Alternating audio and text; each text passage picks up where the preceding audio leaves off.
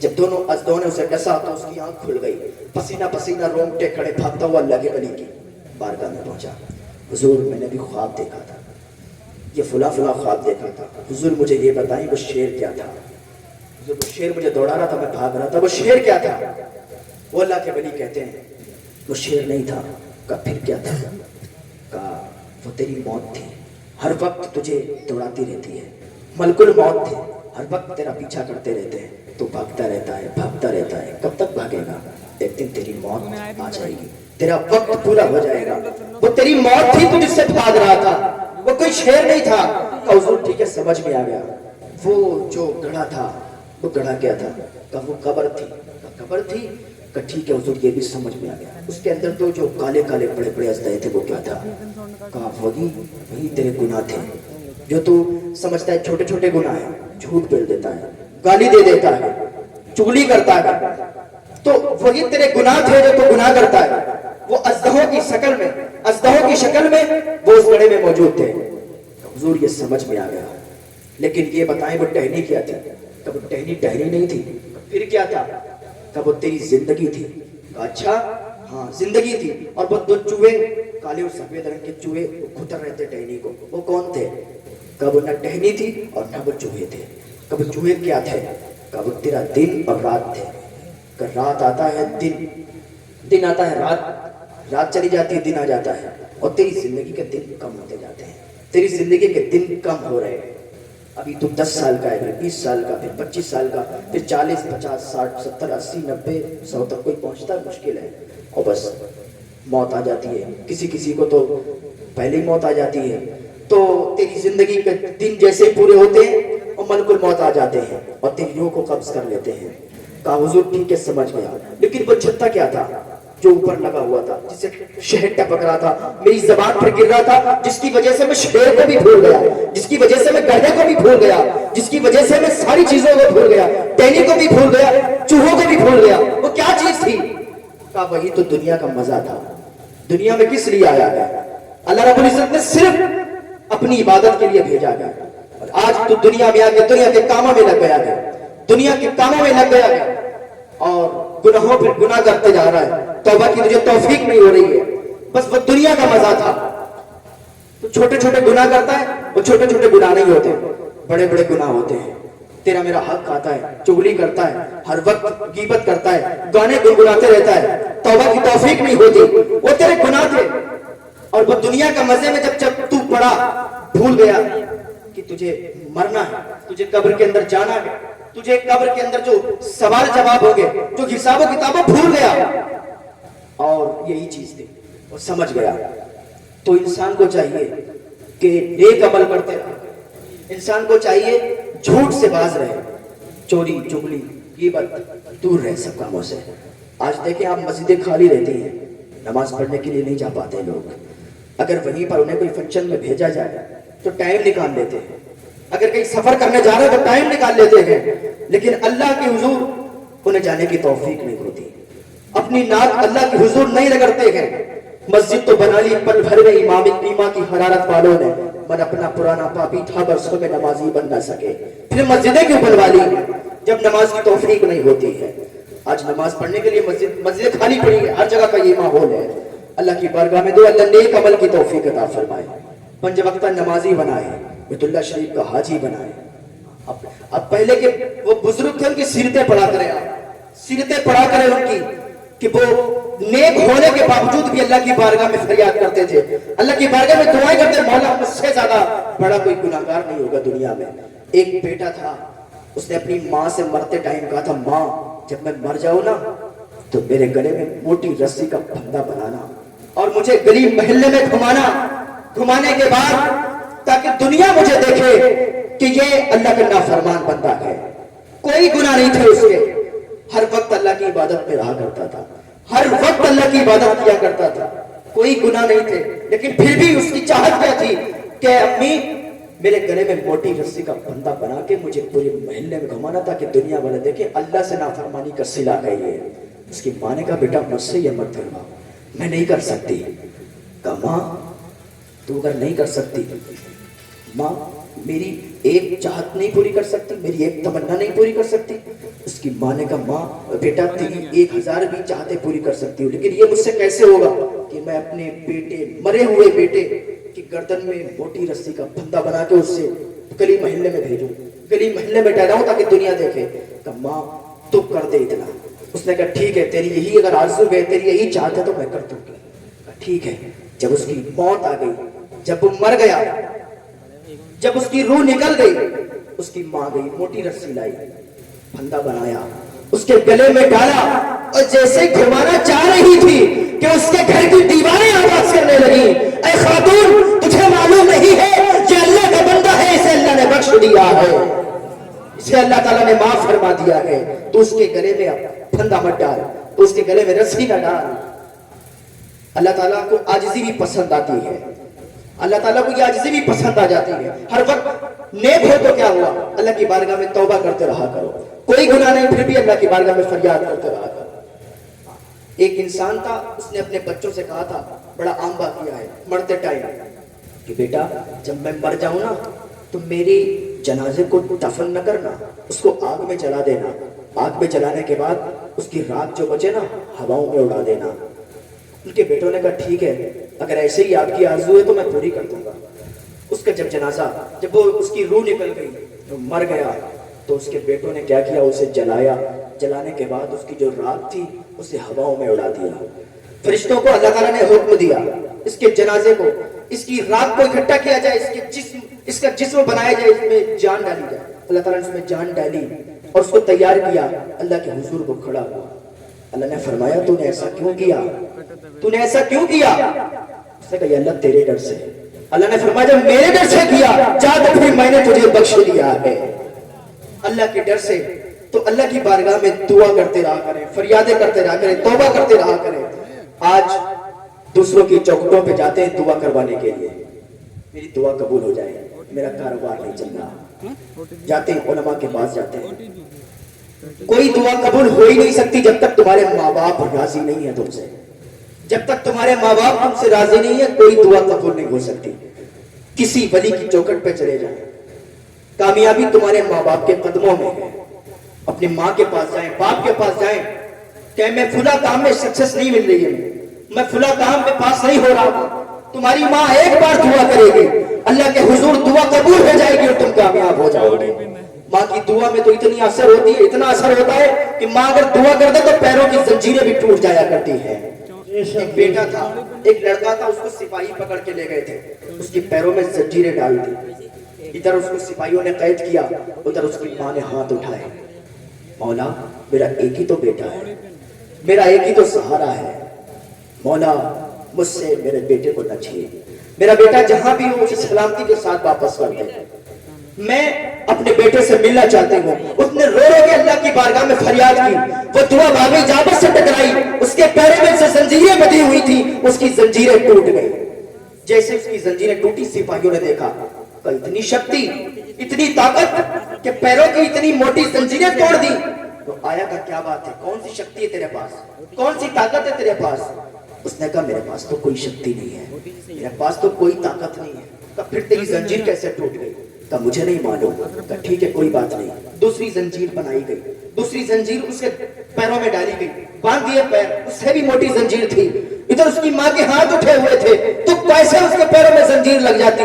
وہ ہاتھ اٹھائے تھی، میرے مولا میرے بیٹے کو مجھ سے ملا دے، ادھر وہ دعا کرتی تھی، اس کی دعا باب اجابت سے ٹکراتی تھی، وہ زنجیریں ٹوٹ جایا کرتی تھی۔ اس نے جو سپاہی تھے نا انہوں نے راہب کو بلایا اور بلانے کے بعد کہا دیکھو اس کی زنجیریں کیوں ٹوٹ رہی ہیں؟ راہب آیا اس کے پاس گیا، کہا مجھے یہ بتاؤ تمہاری ماں زندہ ہے؟ اس نے کہا الحمدللہ میری ماں زندہ ہے۔ کہا تو پھر اس کے پیروں میں کوئی زنجیر مت باندھو۔ کہا کیوں؟ کہا اس کی ماں بھی زندہ ہے، ادھر وہ ہاتھ اٹھاتی ہے دعا کے لیے، وہ دعا باب اجابت سے ٹکراتی ہے اور اس کی دعا فوراً قبول ہوتی ہے، زنجیریں ٹوٹ جایا کرتی ہیں۔ ماں کی دعا میں تو اتنا اثر ہے، ماں کی دعا میں اتنا اثر ہے کہ موت کا فرشتہ بھی واپس چلا جاتا ہے، روح نکلنے والی ہوتی ہے اور ماں دعا کر دیتی ہے تو موت کا فرشتہ وہیں چھوڑ کے اسے چلا جایا کرتا ہے۔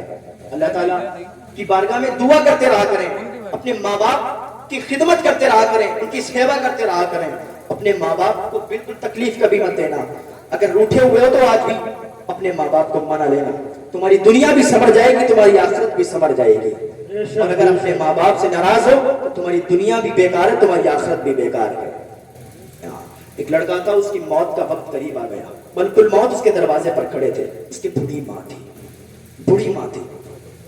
اس کی ماں نے کہا بیٹا مجھے ایک گلاس پانی لا کے دے دو. اس نے ماں کی بات مانی اور ایک گلاس پانی لینے کے لیے چلا گیا. ایک گلاس پانی لایا, ماں کو دیا, ماں نے پانی پیا اور ہاتھ اٹھائے اللہ کی بارگاہ میں, اے اللہ میرا ایک ہی بیٹا ہے, میرا یہی سہارا ہے, یا اللہ میرے بیٹے کی عمر لمبی عطا فرما دے.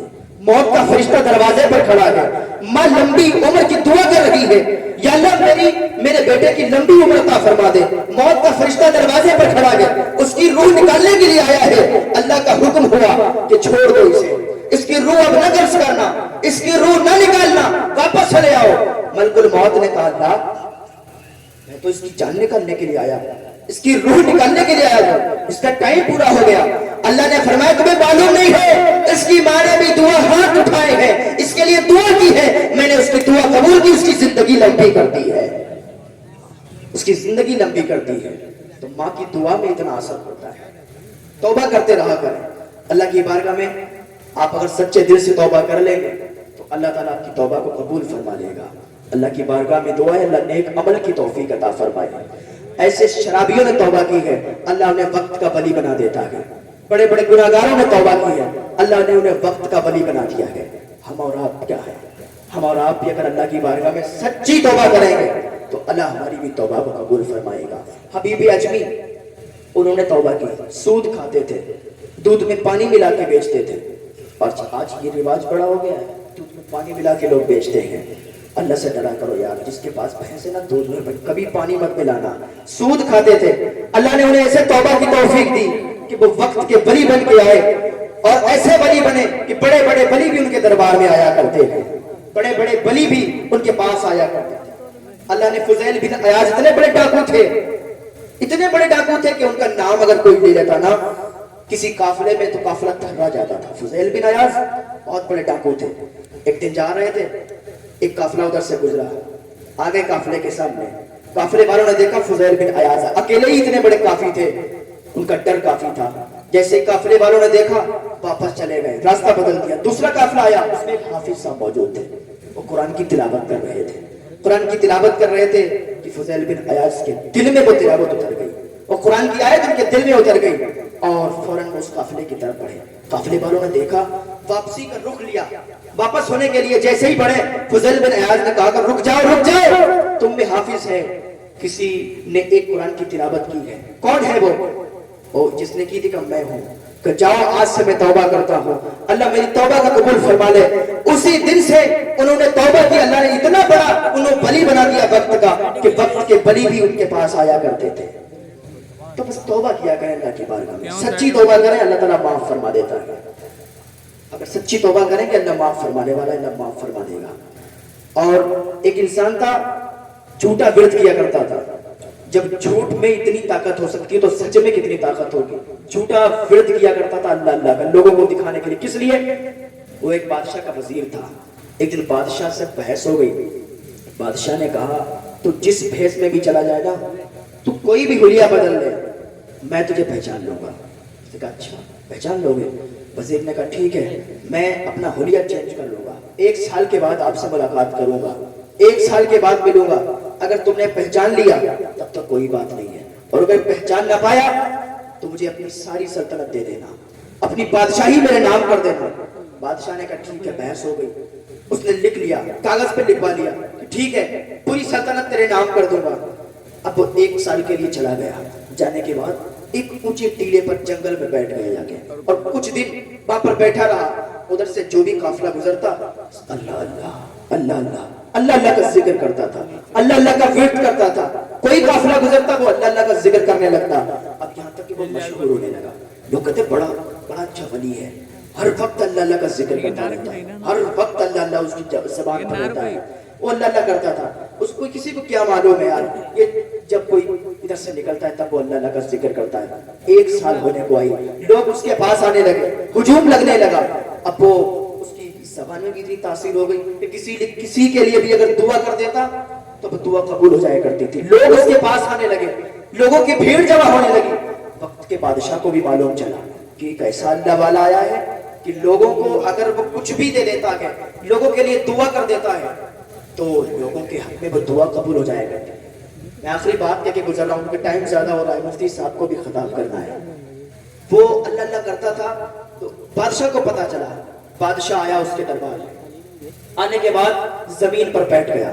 وہ کرسی کے اوپر بیٹھا تھا, بادشاہ کے زمین پر بیٹھ گیا. بادشاہ نے اسے پہچان نہیں پائے کہ میرا وزیر ہے. بڑے بڑے بال کر لیے تھے, بڑی بڑی داڑھی کر لی تھی, ہر وقت اللہ اللہ اللہ اللہ کرتا تھا. بادشاہ جیسے ہی آیا, زمین پر بیٹھا, وہ کرسی سے کھڑا ہو گیا. کہا بادشاہ تم نے مجھے پہچان نہیں پایا. کہا کیا بات کرتے ہو, کون ہو تم؟ کہا میں تیرا وہی وزیر ہوں جس سے بحث تو نے کی تھی. کہا اچھا. کہا میں وہی وزیر ہوں, اور آج دیکھ تو ہی نہیں, یہ دنیا والے بھی میرے پاس آئے گئے, یہ محلے والے بھی میرے پاس آئے, شہر کے لوگ بھی میرے پاس آئے گئے. اور دیکھ میں نے ایسا حلیہ چینج کیا کہ لوگ بھی میرے پاس آئے, تو بھی میرے پاس آ گیا. اب اپنے کاغذ نکال لے, اپنی بادشاہت میرے حوالے کر دے. تیری بادشاہت اب میری ہو جائے گی. اب تو بادشاہ نہیں رہے گا, اب تو فقیر بن جائے گا, نکل جانا جنگلوں میں, اب تیری بادشاہت میں چلاؤں گا. بادشاہ نے کہا ٹھیک ہے. کاغذ نکالے, سائن کر دیے. کہا سن تو کیا کرتا تھا؟ کہ میں اللہ اللہ کا ذکر کرتا تھا. کب؟ جب کوئی قافلہ گزرتا تھا. کہ سن لے, جب کوئی قافلہ گزرتا تھا تو جھوٹ کی بنا پر تو اللہ اللہ کر کے اتنا مشہور ہو گیا, لیکن اگر تو نے سچ سچ اللہ کا ذکر کیا ہوتا, تو نے سچ سچ اللہ کا ورد کیا ہوتا, تو صرف تخت کا بادشاہ ہی نہیں بلکہ پوری دنیا تیرے قدموں میں آ جاتی, پوری دنیا تیرے قدموں میں آ جاتی. یہ نعرہ تکبیر, نعرہ رسالت, جشن عید میلاد النبی, مسلک اعلی حضرت حضور تنگوشا میاں. سبحان اللہ. تو میں عرض کر رہا تھا کہ موت کسی سے نہیں پوچھتی ہے کہ آؤں کہ نہ آؤں.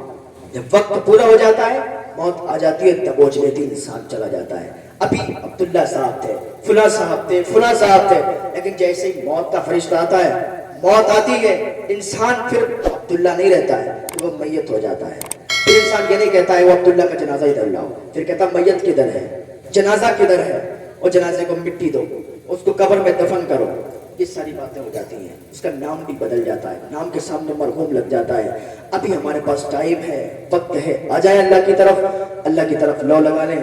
اللہ ایک آنسو سے معاف فرما دے گا. اللہ کی بارگاہ میں آپ کا گرا ہوا ایک آنسو, آپ اللہ کی بارگاہ میں روئے, آپ کا آنسو آپ کے گال تک آ جائے, سمجھ لینا کہ اللہ تعالیٰ نے آپ کو بخش دیا ہے. اللہ کی بارگاہ میں توبہ کیا کریں, اللہ تمہیں معاف فرما دے گا. اللہ بڑا معاف فرمانے والا ہے, قہار بھی ہے. جب اس کی سخت پکڑ ہوتی ہے تو پھر کوئی بچا نہیں پاتا ہے, کوئی نہیں بچا سکتا, لیکن وہ اتنا کریم ہے, اتنا رحیم ہے, 70 ماؤں سے زیادہ پیار کرنے والا ہے. جب وہ بخشنے پہ آتا ہے تو وہ بخش دیتا ہے, معاف فرما دیتا ہے, اور ایسا ہی معاف فرما دیتا ہے, ایسے ہی بخش دیتا ہے جیسے کہ بندے نے کبھی گناہ کیا ہی نہیں ہے. تو اللہ کی بارگاہ میں دعا ہے, اللہ ہمیں نیک عمل کی توفیق عطا فرمائے.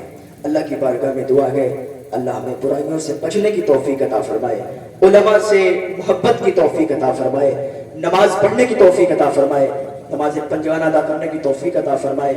وما علینا الا البلاغ. السلام علیکم ورحمۃ اللہ تعالیٰ وبرکاتہ.